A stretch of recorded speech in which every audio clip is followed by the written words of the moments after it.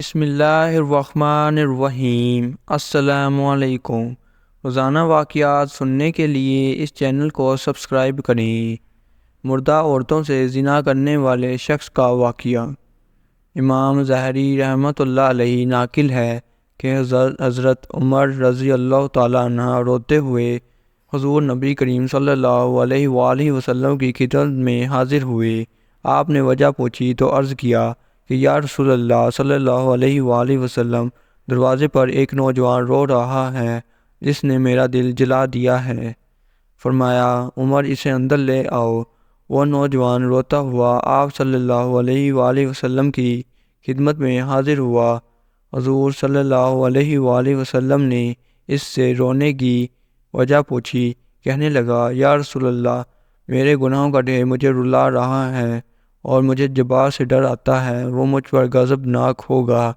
آپ نے فرمایا نوجوان، کیا تو نے اللہ کے ساتھ کسی کو شریک ٹھہرایا ہے؟ عرض کیا نہیں۔ کیا تو نے کسی جان کو ناحق قتل کیا ہے؟ عرض کیا نہیں۔ آپ نے ارشاد فرمایا کہ اللہ تعالیٰ تیرے گناہوں کو معاف فرما دے گا اگرچہ 7 آسمانوں، 7 زمینوں اور 7 پہاڑوں کے برابر ہوں۔ نوجوان بولا حضور، میرے گناہ 7 آسمان، زمین اور پہاڑوں سے بھی بڑا ہوا ہے۔ آپ نے ارشاد فرمایا تیرا گناہ بڑا ہے یا اللہ؟ کہنے لگا میرا گناہ بڑا ہے۔ فرمایا تیرا گناہ بڑا ہے یا اللہ؟ اس نے کہا میرا گناہ بڑا ہے۔ ارشاد فرمایا تیرا گناہ بڑا ہے یا تیرا اللہ؟ کہنے لگا ہاں البتہ میرا اللہ اور اس کا رحم بہت بڑا ہے۔ گناہ کا ارتکاب۔ پس ارشاد فرمایا کہ گناہ عظیم کو خدا عظیم ہی معاف فرمائے گا جو بہت ہی غفور درگزر کرنے والا ہے۔ پھر فرمایا ذرا اپنا گناہ تو بتا۔ اس نے عرض کیا یا رسول اللہ صلی اللہ علیہ وآلہ وسلم، مجھے آپ سے حیا آتی ہے۔ آپ نے پھر فرمایا پوچھا۔ کہنے لگا میں کفن چور تھا اور 7 سال تک یہی پیشہ کیا۔ ایک دفعہ انصار کی ایک لڑکی فوت ہوئی، میں نے اس کی قبر کھودی، کفن اتار کر چل دیا۔ ابھی تھوڑا دور ہی گیا تھا کہ شیطان نے مجھ پر غلبہ پایا اور میں نے لوٹ کر اس سے مذمت کر لی۔ ابھی میں قبر سے نکل کر تھوڑی دور گیا تھا، کیا دیکھتا ہوں وہ لڑکی کھڑی پکار کر رہی ہے اے نوجوان، تجھے قیامت کے دن جزا و سزا دینے والے سے حیا نہیں آتی؟ جس وقت وہ اپنی کرسی فیصلے کے لیے رکھے گا، اس ظالم سے مظلوم کو بدلہ دلوائے گا۔ تو مرنے والوں کے مجمع میں مجھے ننگا کر کے چل دیا ہے اور میرے اللہ کے روبرو مجھے بحالت جنابت حاضر ہونے پر مجبور کیا ہے۔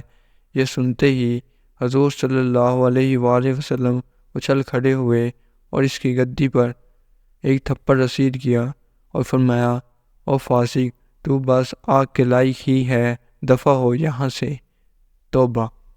نوجوان وہاں سے نکلا، 40 راتوں تک اللہ کے حضور توبہ کرتا مارا مارا پھرتا رہا۔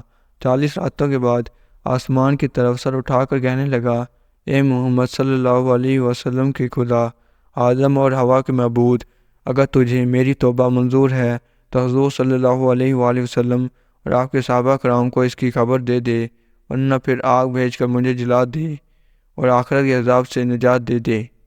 اتنے میں جبرائیل علیہ السلام تشریف لائے، سلام کہا اور اللہ تعالیٰ کی طرف سے آپ صلی اللہ علیہ وسلم کو سلام پہنچایا۔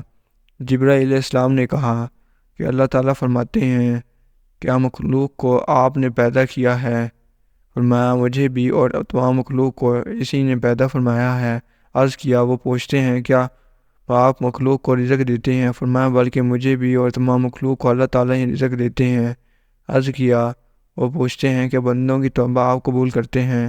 فرمایا بلکہ میری بھی اور تمام بندوں کی توبہ وہ قبول فرماتا ہے۔ پھر کہا کہ اللہ تعالیٰ فرماتا ہے میں نے اپنے بندے کی توبہ قبول کر لی ہے، آپ بھی اس پر نگاہ شفقت فرمائیں۔ حضور صلی اللہ علیہ وسلم نے اس نوجوان کو بلا کر اسے توبہ قبول ہونے کی بشارت سنائی۔ سبق۔